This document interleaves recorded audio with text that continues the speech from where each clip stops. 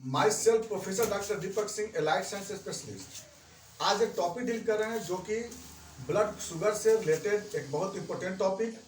इसको बोलते हैं ग्लाइकोसाइलेटेड हीमोग्लोबिन, या इसको बोलते हैं हम लोग HbA1c, glycosylated haemoglobin, glyco haemoglobin, glucose containing haemoglobin, ये सब कुछ बोलते हैं। देखिए ये जांच क्या है और क्यों करते हैं, पहले ये चलते हैं, फिर उसके बाद बताएंगे कि यह बॉडी में इसका क्या इंपॉर्टेंस है और कहाँ तक ये है। देखिए सबसे पहली बात है कि ये जो टेस्ट होती है उस पेशेंट को करानी चाहिए जो पेशेंट डायबिटीज मेलाइटस से सफर है।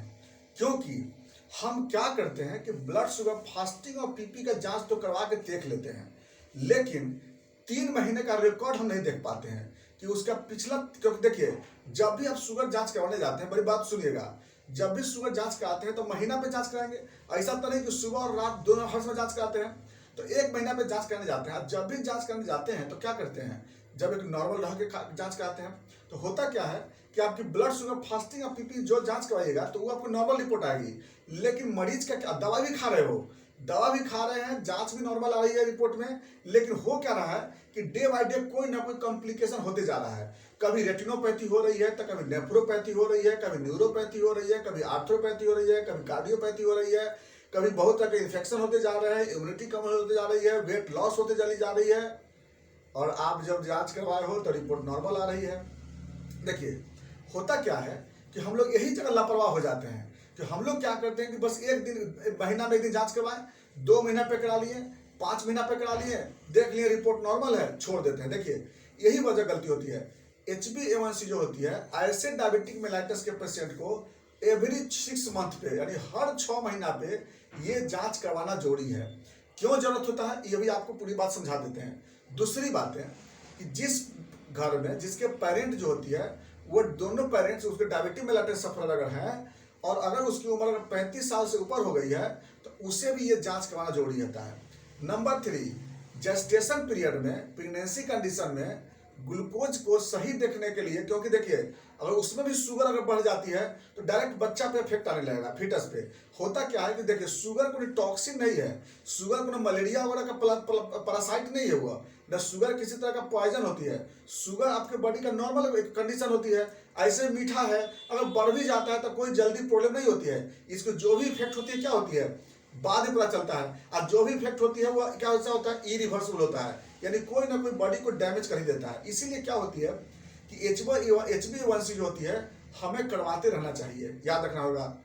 हम लोग बॉडी प्रोफाइल कराते हैं, हेल्थ प्रोफाइल कराते हैं, फिजिकल प्रोफाइल कराते हैं, या कोई भी जांच कराते हैं, उसमें हमें HbA1c जो होता है इंक्लूड रखना चाहिए। जैसे ब्लड शुगर फास्टिंग को लोग इंक्लूड करते हैं, ब्लड शुगर रैंडम को इंक्लूड करते हैं, उसी तरह से हमें HbA1c को भी इंक्लूड करना चाहिए। और क्या होता है अब हम बताते हैं, बड़ी गौर सुनिएगा। देखिए हम जानते हैं कि जैसे देखिए ये RBC है, RBC के अंदर होता क्या है कि जो जन्म के बाद एडल्ट हीमोग्लोबिन बनता है, एडल्ट हीमोग्लोबिन। ये बात इंट्रायूटाइन लाइफ की दिक्कत नहीं होती है, यह होती है जन्म के बाद की दिक्कत होती है। देखिए हमारे RBC में नॉर्मल में 3 तरह का हीमोग्लोबिन होता है, बड़ी गौर सुनिएगा। पहले हमारे RBC में 3 तरह का हीमोग्लोबिन होता है।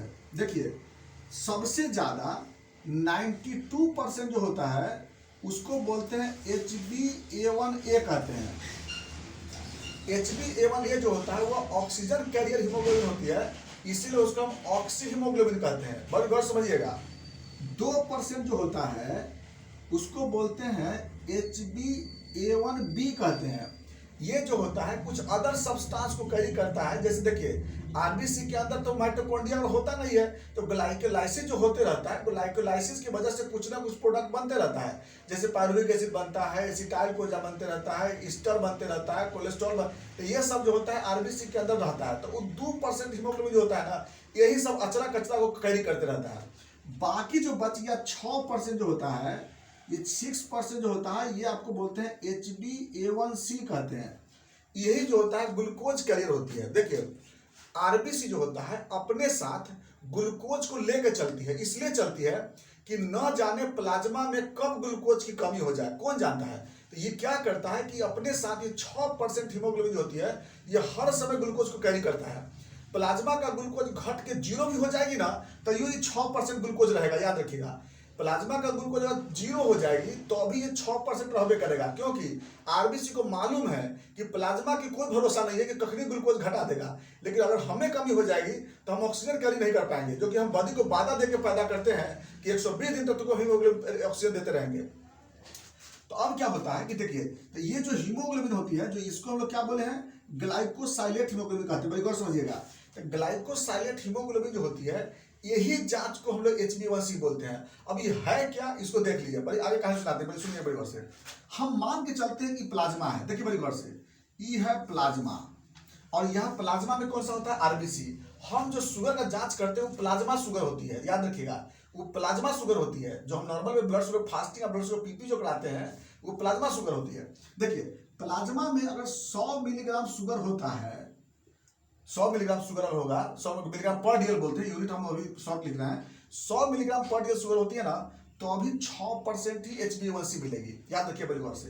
अगर ये सपोज अगर 50 मिलीग्राम हो जाएगी ना, तो अभी 6% ही होती है। अगर ये 10 मिलीग्राम हो जाएगी ना, तो अभी 6% मिलेगी। और 0 हो जाएगी ना, तो ये 6% मिलेगी। इधर में 150 हो जाएगा ना, तो अभी 6% मिलती है। 200 हो जाएगी ना, तो ये 6% होती है। लेकिन 200 के बाद की बात, अब यही घटना समझना है आपको। देखिए, 200 मिलीग्राम से जैसे ही ज्यादा शुगर बढ़ता है प्लाज्मा में, वैसे ही क्या होता है कि ऑक्सी हीमोग्लोबिन, देखिए मेरे गौर समझिएगा, बात समझिएगा गौर से, जो ऑक्सी हीमोग्लोबिन जो 92% होती है, वह जो होती है इरिवर्सिबल चेंज कर जाती है। इरिवर्सिबल चेंज का मतलब इरिवर्सिबल इंजाइमेटिक चेंज, मतलब क्या होती है, इरिवर्सिबल नॉन इंजाइमेटिक चेंज, मतलब कोई यहाँ पर ना इंजाइम लगती है ना कुछ नहीं, आराम से क्या होता है कि ये जो ऑक्सी हीमोग्लोबिन होती है, यह कन्वर्ट कर जाएगी क्या चीज में, ग्लाइको हीमोग्लोबिन कन्वर्ट कर जाएगी। एक बार कन्वर्ट कर गई ना, तो फिर ये जब तक इसकी लाइफ रहेगी आरबीसी की, तब तक ये फिर ऑक्सी हीमोग्लोबिन कन्वर्ट नहीं करेगी, याद रखिएगा। भले ही अगर मैं सपोज बता रहे हैं आपको हम, देखिए इस बात को, पूरी बात समझिएगा पहले गौर से। जैसे 250 मिलीग्राम ग्लूकोज हो गया प्लाज्मा का, तो 250 मिलीग्राम पे 7% हीमोग्लोबिन हो जाता है, ग्लाइको हीमोग्लोबिन। अगर 300 मिलीग्राम हो जाएगी प्लाज्मा ग्लूकोज, तो ये 8% हो जाएगी ग्लाइको हीमोग्लोबिन। अगर 300 मिलीग्राम था तो 8% हो गया, बड़ी गौर समझिएगा। 300 मिलीग्राम प्लाज्मा ग्लूकोज है तो 8% ग्लाइको हीमोग्लोबिन हो गया है। देखिए बड़ी गौर, यहाँ पे बड़ी इंपॉर्टेंट बात है यहाँ पे, तो 8% हो चुका है। अगर बाय द वे अगर आपका ग्लूकोज का लेवल घट के अगर 100 मिलीग्राम हो जाएगी, तो भी आपका 8% रहेगा। ये घटने वाला नहीं है, कब तक, 3 महीने तक, ये बात को याद रखना है। यानी अगर आपका ग्लूकोज जिस दिन मान लो 300 हुआ, किस दिन मान लो 300 हो चुका है, 300 होने का मतलब क्या होगा कि ऑक्सी हीमोग्लोबिन किस में कन्वर्ट कर जाएगा, ग्लाइको हीमोग्लोबिन में। और एक बार ग्लाइको हीमोग्लोबिन कन्वर्ट कर गया ना, तो 3 महीने तक, जब तक इसकी लाइफ रहेगी ना, तब तक ये ग्लाइको हीमोग्लोबिन 8% रहेगा। और ये 3 महीने का मतलब इसलिए हम क्या बोलते हैं कि ये जो ग्लाइको हीमोग्लोबिन होती है, वो 3 महीने का रिकॉर्ड बताती है कि आपके बॉडी में 24 घंटा में कहां पे ग्लूकोज पहुंचा था, याद रखिए बात को। तो इसीलिए क्या होती है कि एक बार 300 पहुंच गया तो 8% हो गया। अब मान लीजिए किसी दिन आपको क्या होगा, 400 मिलीग्राम हो चुका है, तो कितना पहुंच जाएगा, 10%। देखिए अभी 400 मिलीग्राम मतलब क्या होगा, 10% पहुंच गया। और 10% पहुंच गया और आप क्या करेंगे, जैसे आप किसी दिन पार्टी में चले गए थे, खूब खा के आम खा लिए, केला खा लिए, मिठाई खा लिए, 400 मिलीग्राम पहुंच गया, और उसके बाद क्या हुआ, 4-5 दिन के बाद क्या नॉर्मल कर लिए।